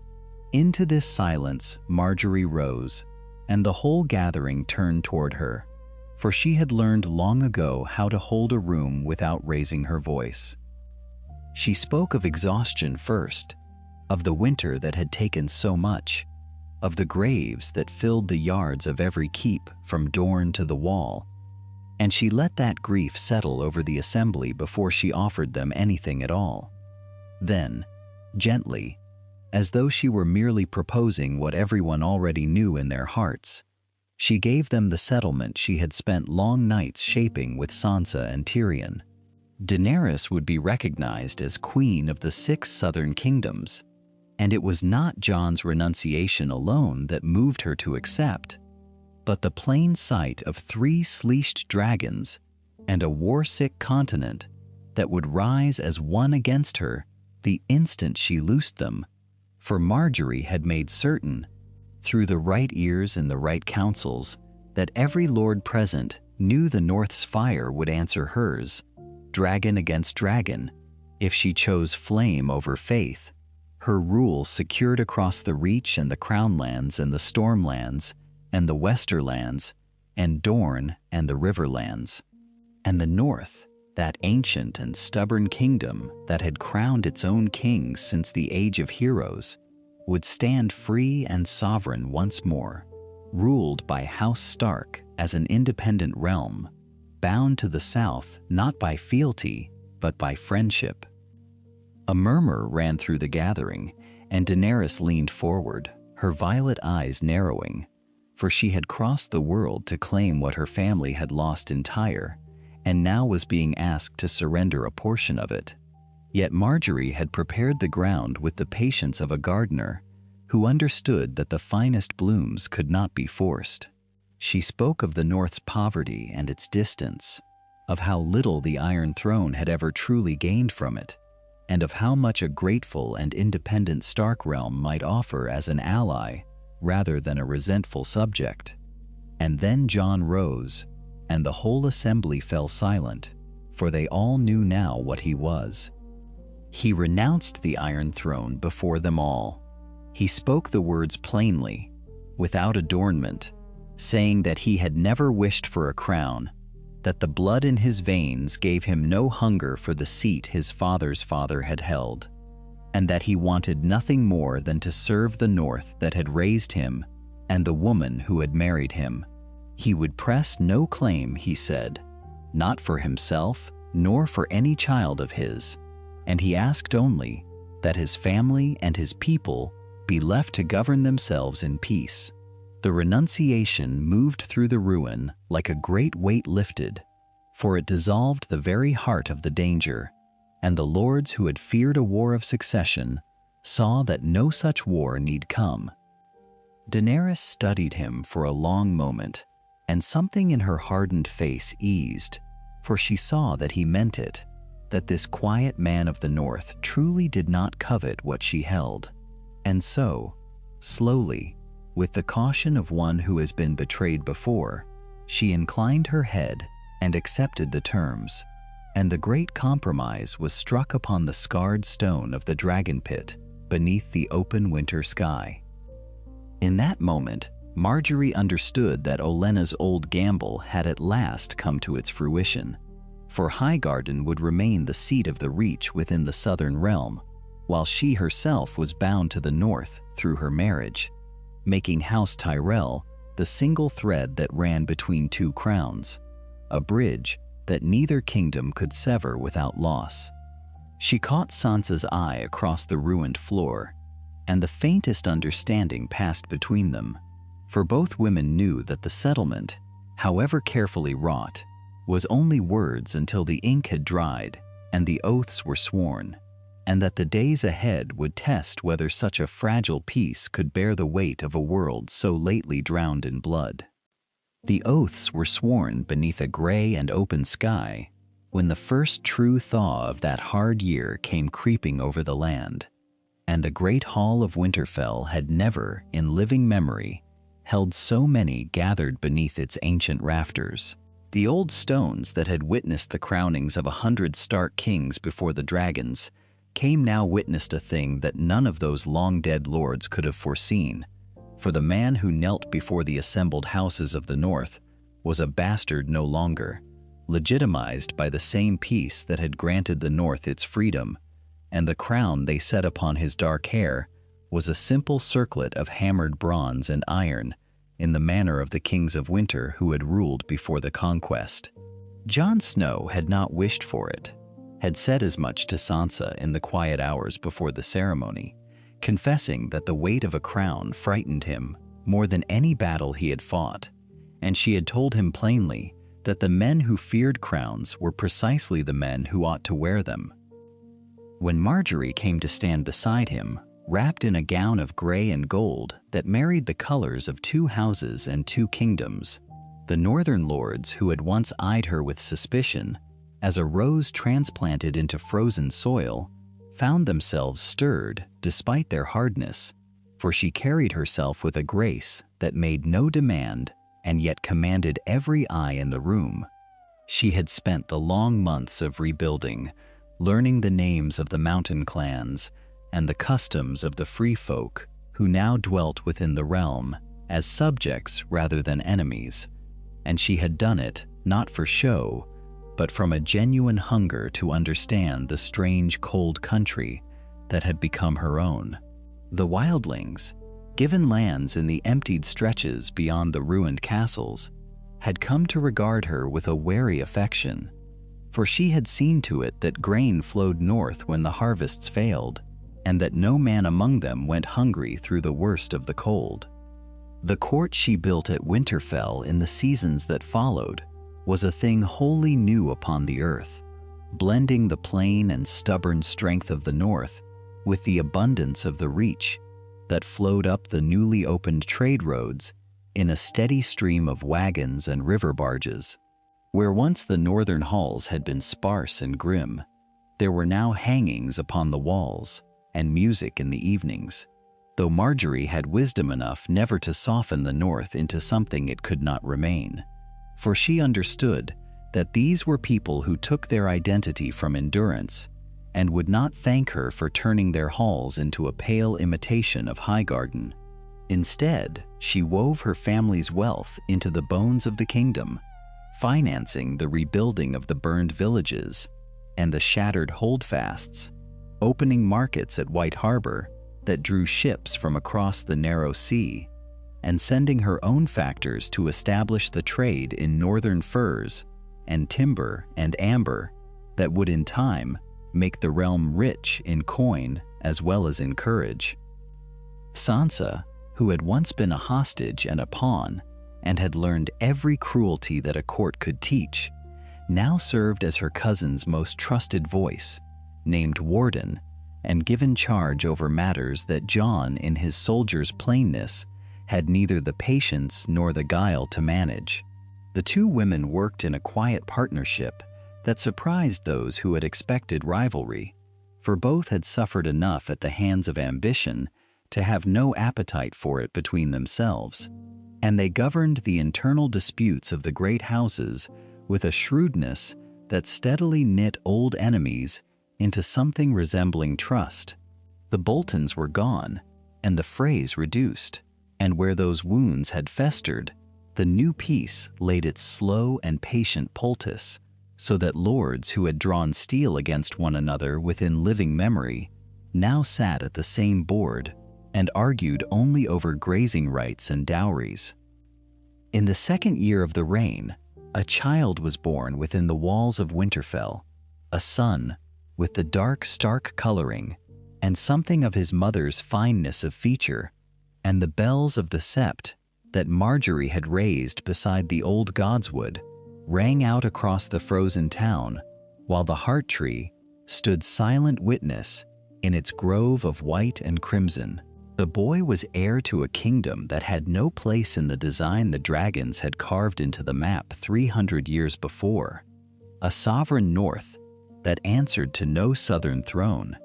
and those who held him in his first days understood that his very existence was the seal upon everything that had been won and lost and bought with blood.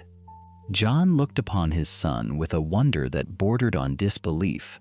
for the bastard of Winterfell had never once in his life imagined that he might father a king, and Margaery, watching her husband's face soften in the candlelight of the birthing chamber, felt the last of her old courtly calculation fall away into something she had not expected to find in the frozen north, which was peace. Yet peace, as both of them knew, was never a thing that stayed of its own accord, and even as the north flourished, there came word from the south upon a raven's black wing, a letter sealed with the dragon of the Targaryen queen, and Sansa carried it to the solar with a wary neutrality, for in these early days, no raven from the south could yet be trusted to bring peace rather than a reckoning in her face that told Jon before he broke the wax that whatever the peace had bought them, its price had not yet been fully counted. The letter, when Jon read it by the amber light of the solar fire, carried no threat within its careful lines, for the Queen of the South had written not to reclaim what she had surrendered, but to acknowledge what had been built, and in the graceful hand that had been schooled in the courts of far Essos, she offered a formal recognition of the North as a realm entire, sovereign and separate, bound to the Iron Throne by nothing but the memory of a shared war, and the choice of two rulers to keep faith with one another. Jon set the parchment down upon the wide oak table and let the silence hold him for a long moment, and Sansa, watching from the doorway, saw something in her brother that she had not seen since the days before the wall, before the dead, before the crown, which was a man who had finally stopped waiting for the sky to fall upon him. The price the peace had cost them was named plainly in the closing of the letter, for the Queen asked only that the North never again raise its banners against the South, that whatever wolves and dragons remained upon this earth should never turn their teeth upon each other, and Jon understood that this was not a demand, but a plea from someone who had seen too much fire to wish for any more of it. The years that followed unfolded with a slowness that felt almost like mercy after so much war, and the North, that Jon and Margaery ruled together, grew into something no one who had known the Old Kingdom could have predicted. The southern rose had not withered in the cold, as the lords of the North had darkly forecast, for Margaery had learned the shape of her new country the way she learned everything, patiently and completely, until the small folk, who had once eyed her silks with suspicion, came to speak her name with the same rough affection they reserved for their own. She rebuilt the ruined holdfasts and reopened the trade roads that had lain broken since the war, and where Jon governed with the quiet gravity of a man who had died and returned and no longer feared much of anything, she governed with the warmth of one who understood that a kingdom was held together not by fear, but by the slow accumulation of small kindnesses remembered across generations. And Jon, in time, did the thing that no one had expected of him, the thing that set his reign apart from every path he might have walked in some other, colder telling of his life. He did not bury the truth of his blood in shame, nor carry it into exile as a wound too heavy to be borne, but chose instead to speak it openly within the halls of his own realm, to name himself the son of Rhaegar and Lyanna both, wolf and dragon, woven into a single living thread. He did this not out of ambition, for he had renounced any claim to the southern throne long before, but out of a conviction that a kingdom founded upon a lie could never truly endure, and so he reframed the very identity of the North itself, declaring it a realm born of two great houses, its strength drawn from the winter and the fire alike. The lords who might once have balked at such a claim found instead that it suited them, for it made their kingdom singular among all the realms of the world, neither a mere remnant of the old Stark dominion, nor a rebel province clinging to a memory, but a chosen thing, deliberate and proud, its banners bearing both the grey direwolf and, in quiet acknowledgement, the whisper of a dragon that had come home to the snows. Margaery bore Jon a second child in the years that followed, and then a third, and the halls of Winterfell that had stood so long as monuments to loss filled again with the sound of children running upon the stone, and laughter carrying up the ancient stairwells, and the castle that had been burned and broken and half forgotten became once more the beating heart of a living kingdom. The old wounds that had torn Westeros apart, the rebellion that had toppled the dragons, and the war that had shattered the peace, faded at last into the tales that grandfathers told beside the fire, stories of a bloodier age that the young could scarcely believe had ever truly been. On an afternoon late in autumn, when the light fell golden and slanting through the branches of the godswood, Jon and Margaery stood together beneath the heart tree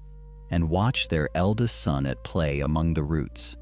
a boy who would one day rule a kingdom neither of them had been born to expect, a boy in whose veins ran the blood of the wolf and the rose and the dragon all at once. The red leaves stirred faintly in a wind that carried no cruelty in it, and the carved face of the old god looked down upon them with its weathered, patient eyes, having witnessed the fall of kings and the rising of new ones, and the long, slow turning of the world toward something gentler than it had been. Margaery slipped her hand into her husband's, and Jon, who had once believed himself fit for nothing but the wall and the darkness beyond it, felt the full weight of what had been built settle upon him not as a burden but as a gift. Two realms endured now where once there had been endless war, bound in a peace that would outlast them both, and in the hush beneath the heart tree, with their child laughing in the fading light, the union of wolf and rose had reshaped the whole of Westeros into a world that would, at long last, be allowed to rest. We have now reached the end of this alternate history. If you enjoyed exploring how events might have unfolded differently, I'd really appreciate it if you subscribe to the channel. We dive into new stories from the world of Westeros every single day, imagining the choices, battles, alliances, and destinies that could have completely changed the fate of the Seven Kingdoms. And if you'd like to explore even more stories, our Lorekeeper members unlock a brand new exclusive alternate history every single week. I'd also love to hear your thoughts. What do you think would have happened next? Did this version of history end better than the original? Or would you have taken the story in a completely different direction? Leave your ideas in the comments, because many of the best future stories come directly from your suggestions. Thank you so much for watching and for spending your time with me. I'll see you tomorrow with another alternate history from Westeros. Until then, Peace out.